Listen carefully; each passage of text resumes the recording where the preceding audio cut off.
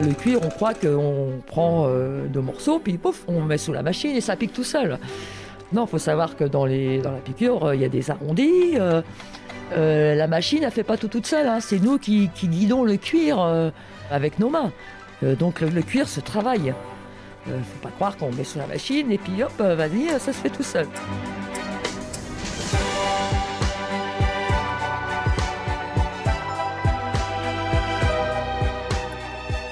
Vous êtes-vous déjà demandé à qui sont les mains qui fabriquent chaque jour la mode et le luxe ? Derrière chaque vêtement, chaque accessoire et chaque objet, il y a des femmes et des hommes qui perpétuent au quotidien des gestes et transmettent leur passion. Ce podcast va vous emmener à la rencontre de ces amoureux du savoir-faire. Des anonymes qui détiennent un savoir précieux pour faire la mode et le luxe de demain. Aujourd'hui, ces femmes et ces hommes de l'ombre nous racontent depuis les coulisses leur métier, leur passion, leur envie de transmission d'un savoir-faire unique. Parce qu'aujourd'hui, en France, il y a plus que jamais la nécessité d'assurer la relève de ces métiers d'exception. Bienvenue dans le podcast Savoir pour faire.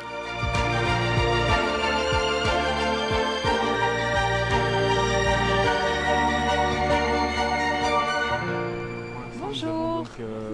Deux Enchantée. piqueuses échantillons. Bonjour. Direction Beaupréau en Mauges, à 1 heure d'Angers. Un coin de France qu'on prononce aussi Beaupro et qui se dédie à la chaussure avec un grand nombre de fabricants. Nous y rencontrons Patricia Vincent, presque 40 ans de métier, et Sylvie Piron, toutes deux piqueuses chez Humeau Beaupréau. Le groupe est géré par Anne-Céline et Guillaume Humeau, frères et sœurs qui ont repris ensemble l'entreprise familiale experte des bottes, sandales et sabots en plastique, mais aussi des chaussures en cuir pour enfants. Ce sont justement ces petits formats que Patricia et Sylvie s'affairent à piquer. Je m'appelle Patricia Vincent. Je suis quelqu'un de réservé et qui aime bien le travail bien fait, propre. J'habite à côté, à Salé-Chapelle-Aubry, et je travaille dans l'entreprise depuis 39 ans bientôt. C'est une entreprise familiale et voilà, les gens sont respectueux, ça se passe plutôt bien. Est-ce que c'était un hasard d'arriver dans la chaussure ou est-ce que dans votre famille, on travaillait déjà dans ce secteur-là ? C'est quoi un petit peu votre histoire, votre parcours ? Ma maman travaillait à la maison, donc non, rien à voir avec la chaussure. Je ne connaissais pas du tout. On est sortis de l'école et voilà, on allait travailler. Et vous me disiez tout à l'heure, vous n'avez pas commencé en tant que piqueuse, vous avez fait d'autres choses avant. Tout au départ, c'était la colle, puis après la production, mais piqueuse production. Et puis après, voilà, il y a des postes qui sont libérés, donc ils m'ont passé au service échantillon. Et je suis toujours restée depuis une trentaine d'années, oui, ça fait bien 35 ans que je suis au service échantillon. Et est-ce que c'est quelqu'un qui vous a montré les gestes de ce métier de piqueuse ? Comment est-ce que vous l'avez appris en fait ? Oui, on a eu une formation en interne. À l'époque, c'était l'AFPIC, une personne de l'AFPIC qui était venue, nous, on était peut-être bien 6 ou 7 personnes en même temps, et du coup, s'était déplacé à l'entreprise pour nous faire la formation. Puis après, les échantillons, pas de souci, quoi. C'est plus intéressant et ça n'a rien à voir, quoi. Quelles impressions vous aviez eues à l'époque ? On se demande si on va y arriver ou quoi, c'est pas évident, on connaît pas les machines, on connaît rien. Puis à force, voilà, le métier, on avance, hein, parce que c'est intéressant tout ce qu'on fait. On est avec le bureau, donc on côtoie quand même les gens, on n'est pas assis à notre place 8 heures par jour. On se déplace, on fait notre modèle. Quand c'est vraiment les nouveaux pieds qui démarrent, du coup, on découvre la collection.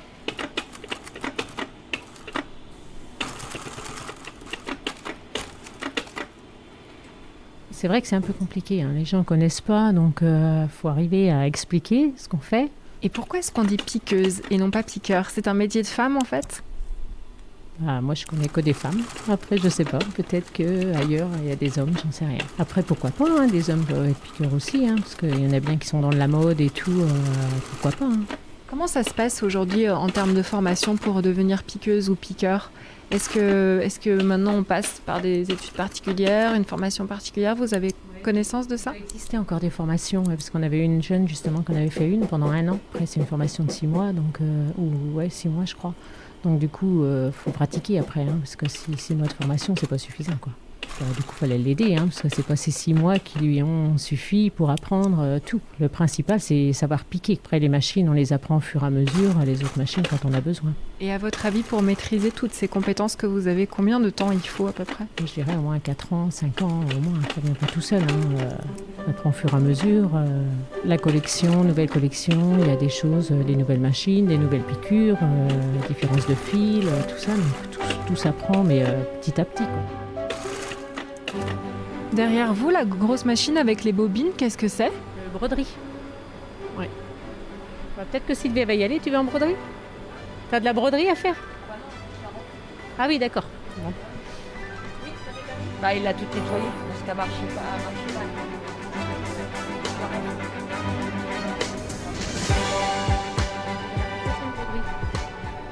pas. Voilà. Donc il y a les patchs. Et, donc ça se fait sur ces machines-là. Une petite tête de chat sur une chaussure. C'est mignon. Oui, c'est mignon. Elle est grande cette machine, hein? Ah oui, bah là c'est rien. Avant, dans la production, il y avait une 12 têtes. Parce que là, il n'y en a que 2.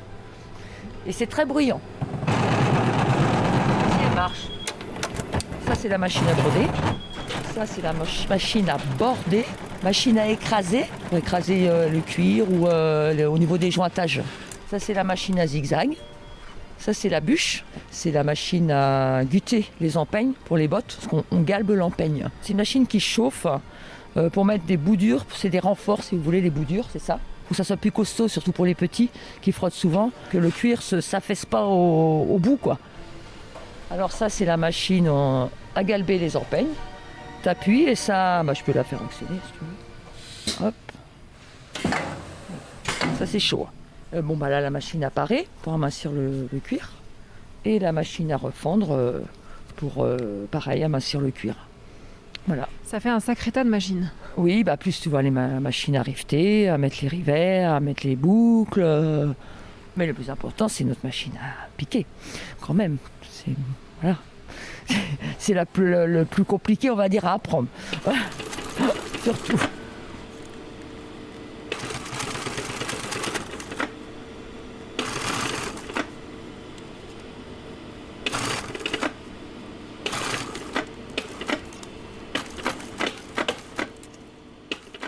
Je m'appelle Sylvie Piron, je vais avoir 50 ans cette année. Donc moi je suis originaire de Montrebeau.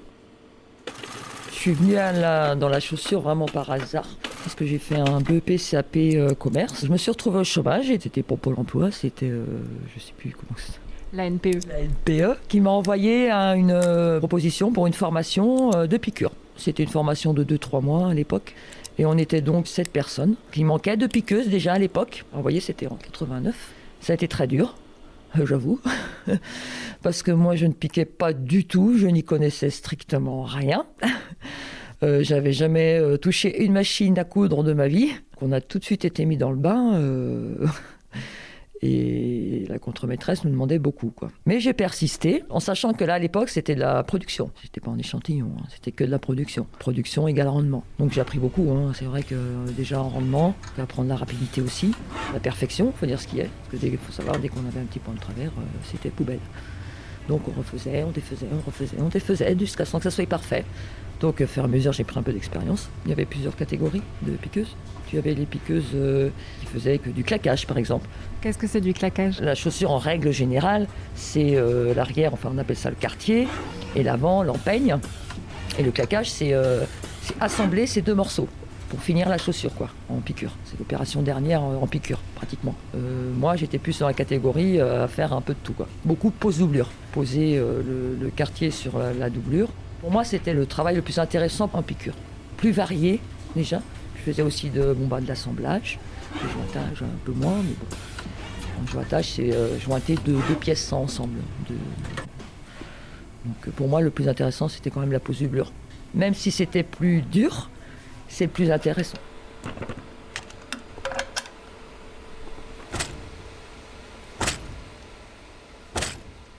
Et donc aujourd'hui, vous êtes sur du prototypage. Vous êtes piqueuse prototypiste. Je suis venue petit à petit. À l'époque, elles étaient 2. Il y avait Patricia, il y avait Lydie, qui est en retraite maintenant.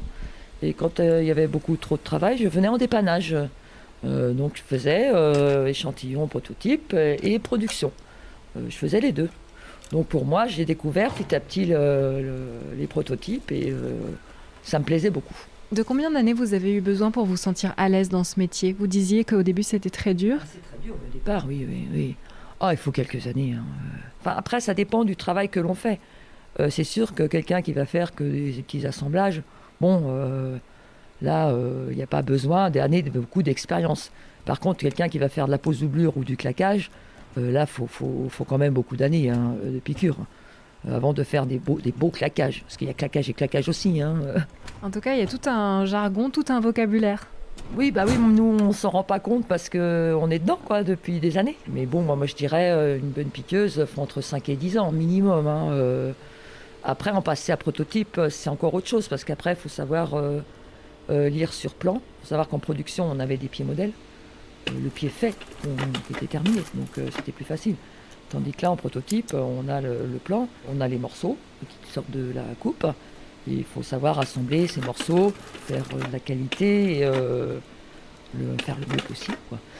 Et ça, oui, pour moi, avant d'être piqueuse prototypiste, je pense qu'il faut quand même des années de piqûre derrière. Et est-ce qu'il faut une personnalité particulière? Je pense qu'il faut être très, très méticuleux, avoir beaucoup de dextérité quand même. Moi, on me le dit souvent, je suis trop perfectionniste. C'est souvent ce qu'on m'a reproché au départ, que je chipotais un peu trop. Mais c'est vrai que j'aime bien que le travail soit bien fait. Il faut savoir que c'est quand même les clients qui regardent le produit, donc il faut qu'il soit quand même bien fait. Est-ce que dans votre famille, il y a d'autres personnes qui travaillent dans la chaussure ou dans la couture ou le textile, par exemple? Oui, mes beaux-parents travaillaient donc chez Peigné, où je suis rentrée en stage de formation en 89. Mon beau-père était contremaître de piqûre. Et ma belle-mère faisait les chronos. Donc oui, mais je ne connaissais pas, moi, par contre. Si, moi, j'ai mon grand-père qui a travaillé chez RAM. Il était dans la mécanique chez RAM, maintenance justement des machines. Mais bon, voilà, c'est pas ça qui m'a donné envie. Je suis rentrée là vraiment par hasard, parce qu'à cette époque, il y avait juste une formation. C'est une coïncidence. Qu'est-ce qui vous a donné envie de continuer alors, de persévérer dans cette voie? Moi, j'ai continué parce que j'aime beaucoup le métier de piqueuse prototypiste. Ce qui est bien en piqûre, c'est qu'on réfléchit. Moi, dans mon métier, il faut que je réfléchisse. Là, on découvre les modèles à chaque saison. De faire notre petit puzzle sur plan avec nos petits morceaux. J'aime mon métier. Ce que je regrette, c'est que je trouve qu'il n'est pas assez reconnu, par contre. Toute cette profession qui a été laissée à l'abandon, quoi. Les Mauges, c'était le pays du cuir, de la chaussure. Il n'en reste presque plus. C'est dommage. Tout a été délocalisé, tout a été abandonné. Le Made in France revient à la mode. Alors, j'espère que ça va donner envie aux jeunes de faire du Made in France, de rentrer dans cette branche. C'est un métier à revaloriser, mais tout le métier de la chaussure, je pense, est à revaloriser.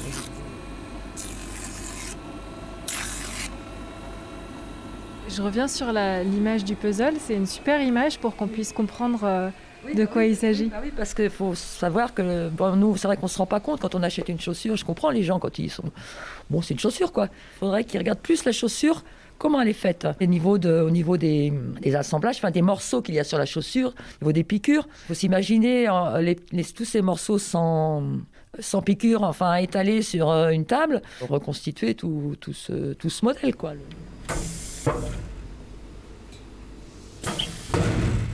Il faut savoir aussi que c'est physique quand même, parce que nous, on ne fait pas que la piqûre. On fait du parage, on prépare ce qu'on appelle la préparation de piqûre.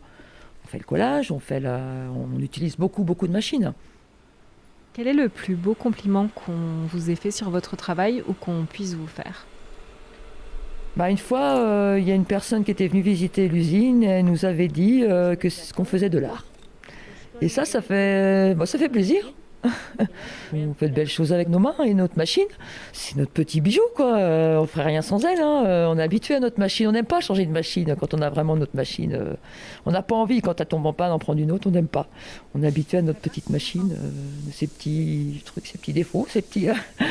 Donc c'est notre petit bijou. Mais c'est vrai que ça avait été. Je trouvais que ça avait été gentil de dire ça. C'était sympa. Est-ce que vous avez une anecdote en particulier, un souvenir en particulier à me raconter? c'était pas des trucs très marrants, c'est une piqûre une aiguille qui m'était restée dans le doigt, ça c'est moins marrant, parce que ça arrive, faut dire ce qui est. On a appelé en urgence le mécano parce que moi j'étais incapable de remonter, de bouger ma machine, quoi, parce que j'avais trop peur. Et c'est vrai qu'à un petit moment d'inattention, c'est très rapide de laisser son... Parce que moi j'ai tendance à, quand je travaille le cuir, de mettre mes mains assez près pour bien maintenir mon cuir. Il y en a, ils vont travailler un peu plus loin avec leurs mains, ça dépend des... Parce que chaque piqueuse a ses petites manies, ses petites astuces. Je sais que Patricia, il y a des choses qu'elle ne va pas faire comme moi. Parce qu'elle est plus à l'aise d'une certaine façon. Moi, je vais être plus à l'aise d'une autre façon. C'est quoi vos petites astuces? Des petits traçages, comme dans les poses fermetures. C'est une des choses les plus compliquées à faire. Je trouve que l'enfant est plus dur que la femme. Alors qu'on pourrait croire le contraire. Il y a le bébé, il y a la fille, les sandales, il y a les boots, tout. C'est très très varié l'enfant. On essaye de se faciliter le travail. Donc oui, je vous dis des poses fermetures, je vais faire des petits traçages pour me repérer. On apprête beaucoup aussi, avec du double face ou des choses comme ça, pour se faciliter le travail. On essaie toujours de faire au plus beau, quoi. Aujourd'hui, vous travaillez côte à côte avec Patricia. Comment s'est créée votre relation toutes les deux? C'est quand même Patricia et Lydie qui m'ont appris le métier de piqueuse prototypiste, que moi je savais que piquer. Et elles m'ont appris toute la préparation de piqûres, reparage, refonte, et la lecture sur plan. Moi je connaissais pas tout ça. Donc c'est elles qui m'ont appris le métier et qui m'ont donné envie et qui m'ont... entre nous, on s'entend très bien, ce qui est très important. Parce que dans ce métier, il faut beaucoup échanger. Si moi j'ai un problème avec un modèle, je vais demander conseil à Patricia. Patricia, pareil, si elle a un problème ou on a un oubli, parce que des fois, il y a des choses qu'on oublie. On est tout le temps en contact, toutes les deux. On est obligé de se parler beaucoup. Il faut bien s'entendre dans ce métier. Après, je pense que si on aime la mode, si on aime créer, je vois ma petite nièce qui a fait un BTS de modéliste. Elle fait la piqûre, elle fait tout, elle fait le montage. On peut tout apprendre dans la chaussure. C'est encore actuel, comme en plus tout cet artisanat qui revient en France, qui a été abandonné pendant des années. On en reparle beaucoup du Made in France. Donc je trouve important, c'est dommage que toutes ces entreprises, ces métiers soient abandonnés, alors qu'il y a un potentiel en France, je suis sûre. Nous, on a envie de transmettre, comme là on avait Angélique avec nous. C'était un plaisir de lui faire apprendre le métier. Et ça lui plaisait, donc, parce que on peut rentrer, ça ne peut pas nous plaire, après on fait autre chose, c'est pas grave, mais quelqu'un qui aime créer, qui aime, qui est doué de ses mains, je pense que ça peut l'intéresser, ce métier. Vous aimeriez passer le flambeau, en fait? Oui. C'est vrai que là, on a eu Angélique qui était en formation avec nous. Elle avait tendance à laisser couler le cuir. Oui, ça. S'il te plaît? Moi, j'ai pas le mousse pour mon col. C'est bizarre, ça. Bah oui. Tu veux la référence ou... Au fur et à mesure des années, tu apprends à travailler le cuir. Il y a des traits du cuir qui va être très raide, d'autres plus souple. Donc tout ça s'apprend. Qu'est-ce que vous voulez dire par laisser couler le cuir? Le cuir, on croit qu'on prend 2 morceaux, puis pouf, on met sous la machine et ça pique tout seul. Non, il faut savoir que dans la piqûre, il y a des arrondis. La machine, elle ne fait pas tout toute seule. C'est nous qui guidons le cuir avec nos mains. Donc le cuir se travaille. On appelle ça nous mettre en forme. Par exemple, le quartier, on le met en forme. Il y a des modèles qui sont tout en forme. Donc ces modèles-là, on les travaille. Faut pas croire qu'on met sous la machine et puis hop, vas-y, ça se fait tout seul. Non, faut quand même... Vous êtes guideuse de cuir. Voilà, on va dire ça. C'est encore moi. Ça va, Patricia? Ça va, oui, très bien. Qu'est-ce que vous faites maintenant? Un nouveau modèle, voilà. Je continue. Qui brille en plus. Qui brille, oui, très joli. Je me remets à côté de vous un petit peu. Vous savez que Sylvie m'a dit que vous lui aviez appris beaucoup de choses? Je sais pas. Je vous le dis, apparemment vous avez cette facilité à transmettre. Après, ce que je voudrais leur dire aux plus jeunes, faut pas avoir peur. C'est un métier qui est très intéressant, très diversifié. On fait plein de choses, on découvre plein de choses et on côtoie des gens. Voilà, donc franchement, je regrette pas du tout ce que je fais, quoi.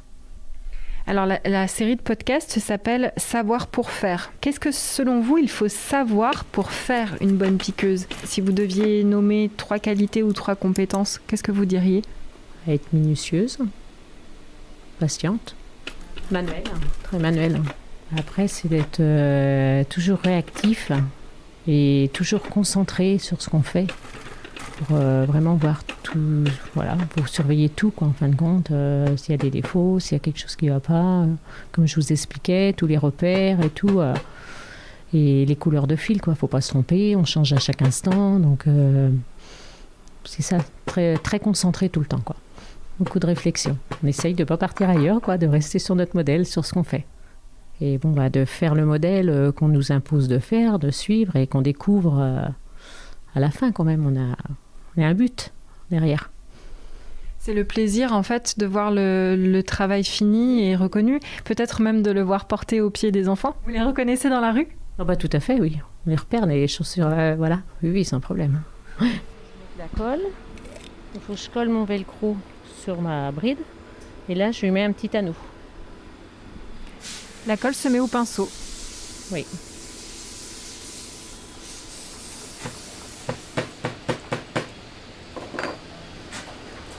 Avec tous les numéros qui correspondent à tel cuir. Donc je sais que sur telle partie, il faut que je mette du gris ou le numéro 2, ça sera du blanc.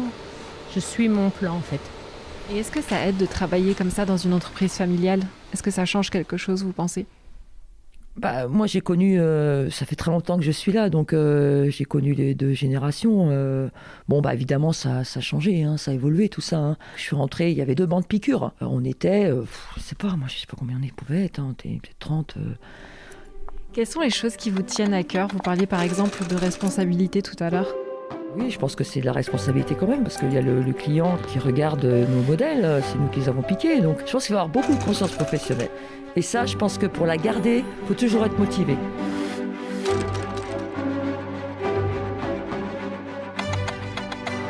Pour exercer le métier de piqueuse ou piqueur, retrouvez les formations sur le site savoirpourfaire.fr et rejoignez la filière mode et luxe.